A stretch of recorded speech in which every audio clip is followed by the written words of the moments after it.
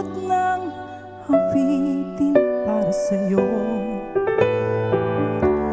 Para kung isang siraulong hilot lito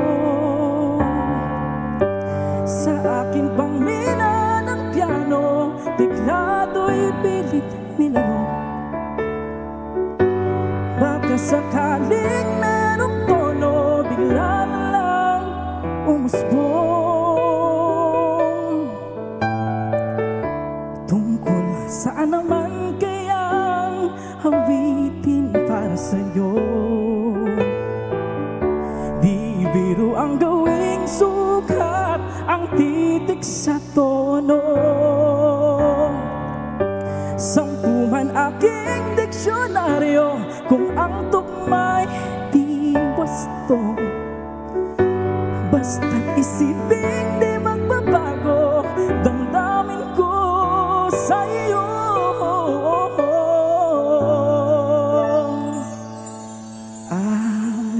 Araw-gabi nasa isip ka, napapanaginip ka, kahit saan magpunta. Araw-gabi talang lasing sa tuwa, kapag kapiling ka. Araw-gabi tayong dalawa.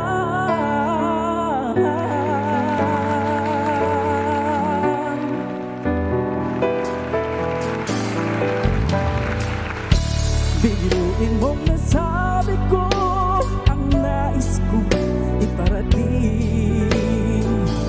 Dapat mo lamang mabatid, lamang itong dibdib.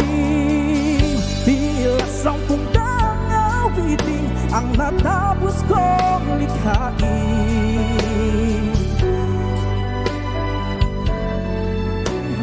Kahit ang pag-ibig, araw-gabi nasa isip ka, napapanaginip ka, kahit saan magpunta. Araw-gabi nalalasing sa tuwa, kapag kapiling ka. Araw-gabi tayong dalawa. Araw-gabi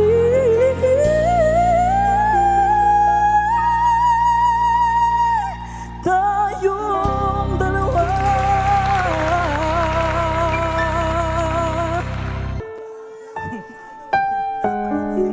Ganda-ganda ng Parang boses. naharana tayo, Fee. Oo. Nako. Okay, let's get to know more about yung ating performer of the day. Welcome dito sa Rise and Shine Pilipinas, Nico! Hello po, Nico. Just a few months ago, sumali ka sa isang TV singing competition. Madalas ka bang sumasali sa ganito mga competitions? Actually po, ngayon lang pong taon po ako nakasali sa national TV po. Wow. Wow naman. Okay, aside from singing, ano pa ba ang mga pinagkakaabalahan mo ngayon bukod sa pagkanta? Nag-aaral ka pa ba? Yes po. I'm Bachelor of Secondary Education, major in Filipino po. Wow. At kasalukuyan po akong 4th year po. Oh, fourth year Fourth college. year college. Thesis na Yes. to. Oo. So, bakit ba gusto mo maging teacher? Para po makatulong po sa ating mga batang kailangan ng sapat na Uy, na Advance Happy Teacher's Day. Thank Oo you nga po. pala. Oo nga. At saka yung nga kanina, di ba? Concerto sa Palacios para sa inyo, mga teachers. Oo, ang Okay. galing. Balita namin, may anak ka. Yes po. At yung anak mo na babae, am I correct? Baby girl. Baby girl, kumakanta rin gaya mo. Yes po. So, paano ba yan? Tinuturuan mo ba siyang kumanta? Minsan po sumasabay po siya sa akin nung mga panahon po kasi nung pandemic po is ako po is live streaming. Ako po Okay. nagla-live. Oo. So ayun po, nakikita niya po ako na nakaset up sa bahay po. Tapos yan po, na-adapt niya po na kakantahin niya yung mga kanta ko po. Ilan taon na ba siya? Magpa 5 years old po siya. Okay, oo. Magaling na yan, lalo na pag nagmana sa tatay. Pero invite mo naman yung mga ka-RSP natin sa iyong upcoming events and also invite them to follow you in your social media accounts. So ayan, wala pa po akong mga event pero sana kung meron pong makakuha po, mag-i-invite. ganun po Oh, ako, or yan. maki-invite. Willing po ako, ayan. And sana po is masuportahan niyo po ako sa aking talento pong, sa talento ko Ang pong ito. galing-galing mo.